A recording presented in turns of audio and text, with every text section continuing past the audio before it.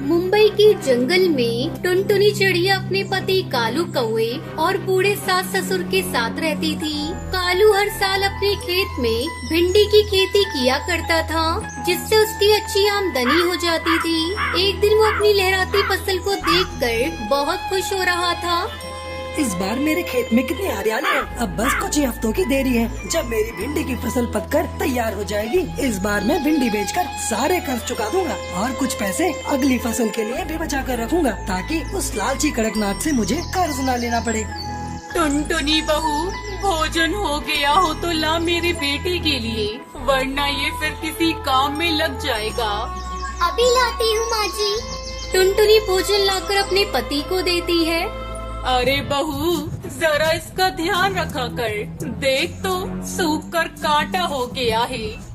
मैं क्या करूँ माँ जी, दिन रात इन्हें समझाती रहती हूँ कि खान पान का ध्यान रखो, पर नहीं, इन्हें तो बस फसल की चिंता सताती है कि सही सलामत फसल मंडी तक पहुँच जाए। तब तक आप लोग कमेंट पे बताएं 20 डिवाइडेड बाई 4 कितने होते हैं।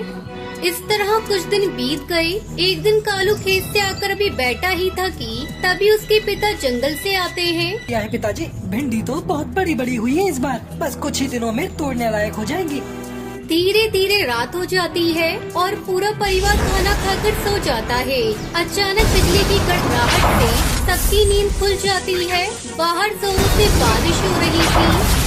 पिताजी, अब क्या होगा? इतनी तेज बारिश में हमारी भिंडी की फसल बर्बाद हो जाएगी। मैं खेत पर जाता हूँ। अरे बेटा, तू बेकार में जा रहा है। तेरे पिताजी ने पानी निकालने का रास्ता बना दिया है।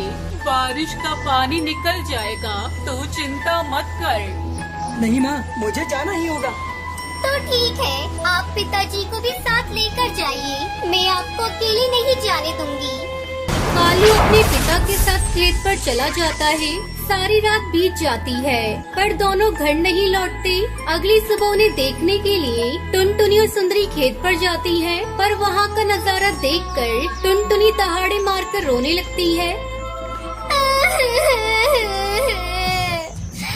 हे भगवान, ये क्या हो गया? अब मैं किसके सहारे जीऊंगी? हे प्रभु, ये आपने क्या किया? मेरा घर उजाड़ कर रख दिया। खेत के बीचों बीच दोनों बाप बेटे मरे पड़े थे। उन पर आकाशीय बिजली गिर गई थी। समय गुजरने लगता है। सदमे से टुनटुनी की सास की भी मौत हो जाती है। टुनटुनी अब बेसहारा हो चुकी थी। घर में रखा सारा अनाज खत्म हो चुका था। एक दिन वो पहाड़ पर बैठी अपनी किस्मत पर आंसू बहा रही थी। तभी वहाँ एक बाबा बाज आता है। क्या बात है बेटा, तुम इस तरह इन पहाड़ों पर बैठकर क्यों रो रही हो? मुझे अपनी समस्या बताओ, शायद मैं तुम्हारी कुछ मदद कर सकूं।